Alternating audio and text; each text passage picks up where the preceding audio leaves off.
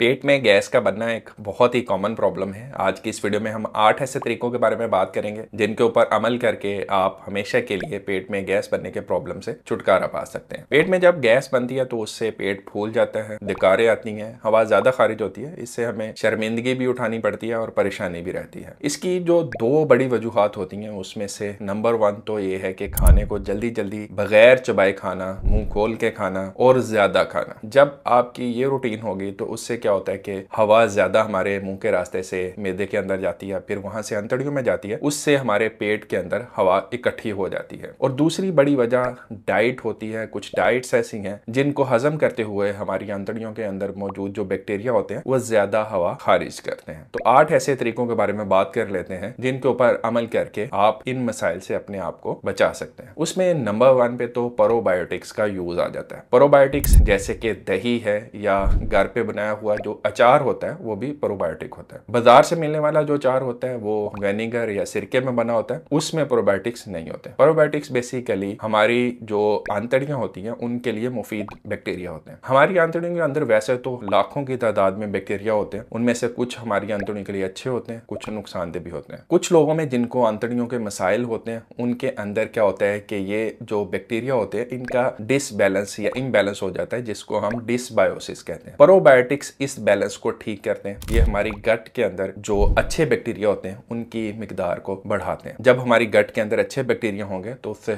खाना सही हजम होगा और पेट के अंदर गैस नहीं बनेगी। सेकंड सोल्यूशन जो है वो आपकी खाने की टेक्निक से रिलेटेड है। कुछ लोग बहुत तेजी से खाना खाते हैं, बगैर चबाए खाना खाते हैं या जरूरत से ज्यादा खाना खा लेते हैं। उसकी वजह से फिर हवा आपके मुंह के रास्ते से ज्यादा मैदे में जाती है, आंतड़ियों में इकट्ठी होती है, इस वजह से उन्हें गैस का प्रॉब्लम हो जाता है। इसलिए खाना हमेशा आहिस्ता आहिस्ता चबा के खाना खाएं और भूख रख के खाना खाएं। जब आप आहिस्ता आहिस्ता चबा के मुंह बंद करके खाना खाएंगे, एक तो एयर कम आपकी आंतड़ियों में जाएगी, दूसरा जब आप आहिस्ता आहिस्ता खाना खाते हैं तो उससे ये होता है कि जो दिमाग के अंदर हमारा स्टाइटी सेंटर होता है जो कि उस वक्त एक्टिवेट होता है जब हम खाना खा चुके होते हैं। इस सेंटर को एक्टिवेट होने के लिए तकरीबन 20 से 30 मिनट दरकार होते हैं। जब हम खाना तेजी से खा लेते हैं तो बहुत ज्यादा खाना खाया जाता है, ये स्टाइटी सेंटर अभी एक्टिवेट नहीं हुआ होता, हमें लग रहा होता है कि हमें भूख लगी है। ये भूख लगने से और खाना खाने के दरमियान में जो 20 से 30 मिनट का वक्फा होना चाहिए जिस दौरान ये स्टाइटी सेंटर एक्टिवेट हो जाए, हम बहुत ज्यादा खाना खा जाते हैं। जब ज्यादा खाना खा जाते हैं तो उससे भी फिर ज्यादा गैस बनती है। तो अगर आप चबा चबा के आराम आराम से भूख रख के खाना खाएंगे तो गैस का प्रॉब्लम जो है वो कम होगा।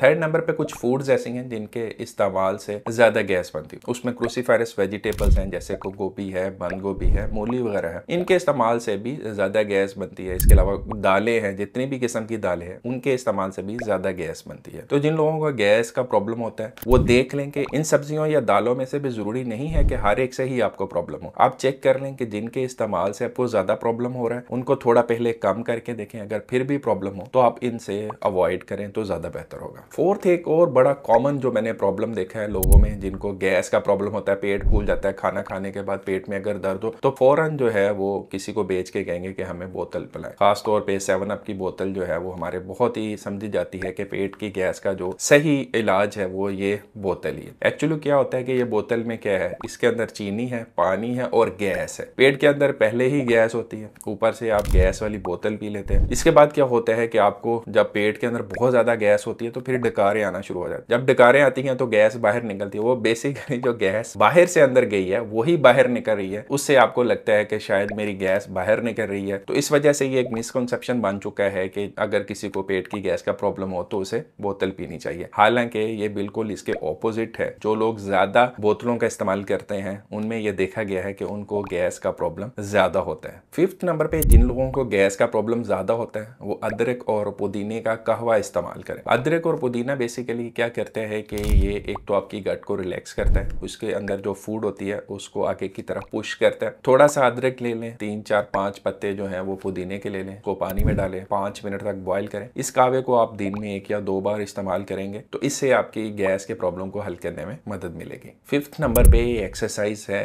हल्की फुल्की एक्सरसाइज को अपनी और डेली रूटीन का हिस्सा बनाएं। सारा दिन बैठने से परहेज करें, बेशक थोड़ा बहुत 15-20 मिनट की वॉक ही कर लें। उससे क्या होता है कि आपकी आपकी गट की जो आंतड़ियों की मोटिलिटी है वो बेहतर रहती है। इसके अलावा जो पेट के मसल्स हैं वो सही तरह से काम करते हैं और आपको कब्ज़ भी नहीं होती, तो इस वजह से फिर गैस कम बनती है। तो एक्सरसाइज बहुत ज़रूरी है। आप जितनी मर्जी एहतियात कर रहे हैं, अगर आप सारा दिन बैठे रहेंगे तो फिर डेफिनेटली आपको गैस का प्रॉब्लम होगा ही होगा। तो इसलिए थोड़ी बहुत एक्सरसाइज को भी अपनी रूटीन के अंदर शामिल करें। 7th नंबर पे फाइबर का इस्तेमाल हमारी गट की सेहत के लिए बहुत ज़रूरी है। आजकल के डे एंड एज में देखा गया है कि लोग बर्गर को, शवारमे, पिज़्ज़ा वगैरह को प्रेफर करते हैं या गोश्त खाने को प्रेफर करते हैं। हमारी खुराक के अंदर फलों और सब्जियों की मिकदार बिल्कुल ना होने के बराबर हो गई। हालांकि डाइट का एक बहुत ही इंपॉर्टेंट कंपोनेंट जो है वो फल और सब्जियां, क्योंकि फलों और सब्जियों से ना सिर्फ इंपॉर्टेंट हमें विटामिन मिलते हैं बल्कि इनके अंदर फाइबर भी होता है। फाइबर जो है वो हमें कब्ज से बचाता है, हमारी आंतड़ियों की सेहत को बेहतरीन रखता है, जो मुफीद बैक्टीरिया उनकी ग्रोथ को और बेहतर करता है। तो इसलिए फाइबर जो है उसको अपनी डाइट के अंदर ज़रूर रखें। अगर आप फल और सब्जियां वगैरह नहीं इस्तेमाल कर पाते तो